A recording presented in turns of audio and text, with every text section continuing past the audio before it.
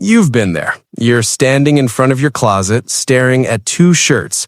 One's blue, one's gray. You've been there for 12 minutes. Or you're scrolling through restaurant reviews at 8 p.m. trying to pick dinner. And suddenly, you're comparing Yelp ratings, Google Maps traffic, nutritional info, and whether the ambiance matches your mood right now.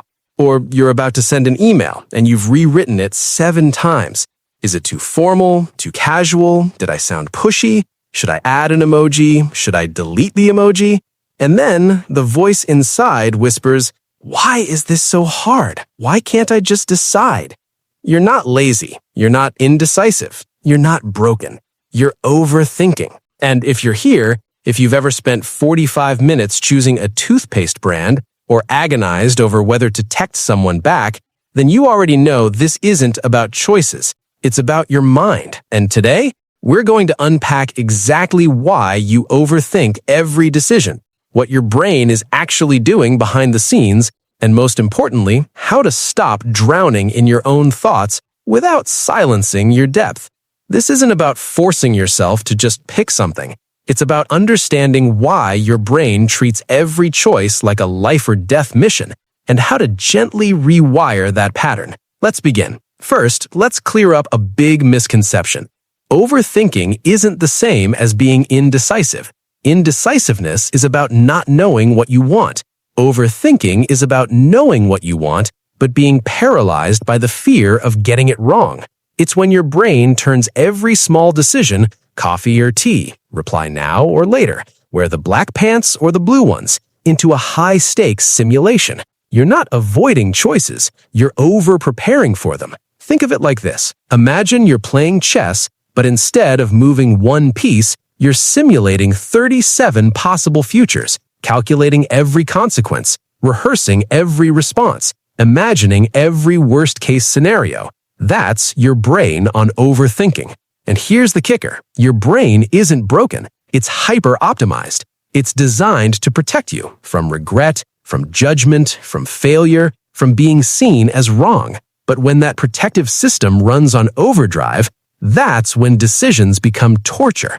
Okay, let's get into the meat of it. Your brain has a built-in system called the anterior cingulate cortex, or ACC. Think of it as your brain's error detection engine. When you make a decision, even a tiny one, your ACC lights up. It scans for potential mistakes. It asks, is this safe? Could this go wrong? What if I regret this? For most people, this system shuts off after a few seconds, once they've made a choice. But for overthinkers, it doesn't shut off. It keeps running and running and running. Why? Because your brain is wired to treat uncertainty like danger. And uncertainty, that's everywhere in modern life. What job should I take? What relationship should I pursue? What version of myself should I show up as? There's no single right answer, and that terrifies your brain. So it tries to simulate all possible outcomes, to eliminate risk, to guarantee safety. But here's the problem. You can't simulate reality. No matter how many scenarios you run in your head, you'll never predict the future. And the more you try, the more exhausted you become. Here's the key insight.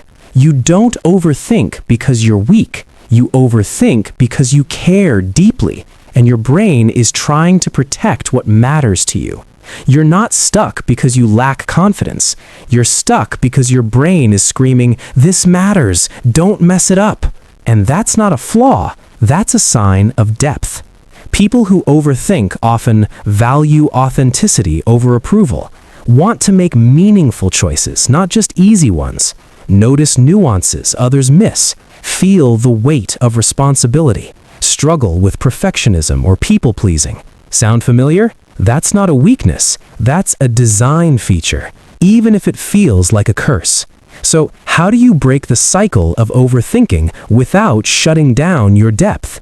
Enter the decision threshold. Instead of asking yourself, what's the perfect choice? Ask, what's the good enough choice right now? Here's how it works. Step 1. Set a time limit. Give yourself 2 to 5 minutes to make the decision. Use a timer if needed. When it rings, you pick. No exceptions. This forces your brain out of simulation mode and into action mode. Step 2. Ask, what would my future self thank me for? Not, what's the safest choice, but what would my future self thank me for choosing? This shifts you from fear-based thinking to values-based thinking. Step 3. Embrace good enough, not perfect. Perfection is paralysis. Good enough is progress. Write this down. I don't need to be right, I need to be moving. Let's say you've made a decision, and now your inner critic is whispering, you chose wrong, they'll judge you, you should have waited.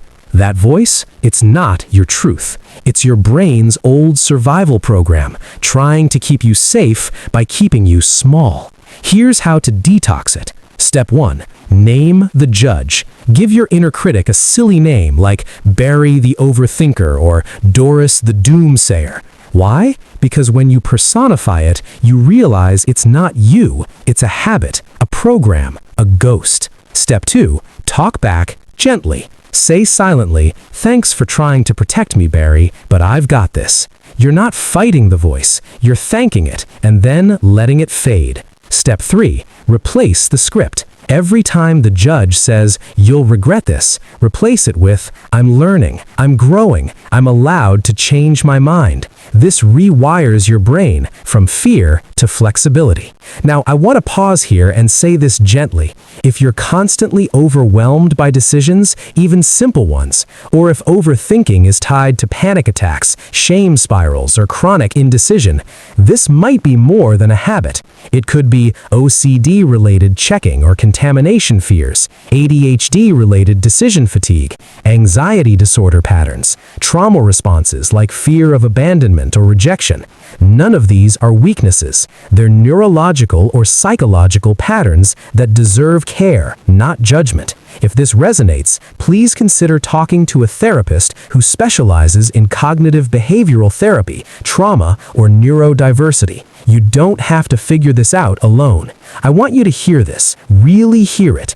Overthinking isn't a flaw. It's a sign that your mind is capable of seeing complexity, and that's rare. Most people skim the surface. They choose quickly. They move on. You dive deep. You notice layers. You feel the weight of consequences. That's not a problem. That's a gift, even if society hasn't figured out how to value it yet. So give yourself permission to choose imperfectly, to change your mind, to trust your gut even when it's quiet, to let go of the need to control outcomes, and to rest after making a decision without replaying it. You're not failing at decisions. You're evolving your relationship with them. Let's reframe the story you tell yourself. Instead of, I can't decide, I'm so indecisive, try, I'm choosing with care, because what I choose matters to me. Instead of, I always overthink, I'll never get better, try, I'm learning to trust my capacity, not just my calculations. This isn't about becoming someone who makes snap decisions. It's about becoming someone who makes decisions and then lets them breathe.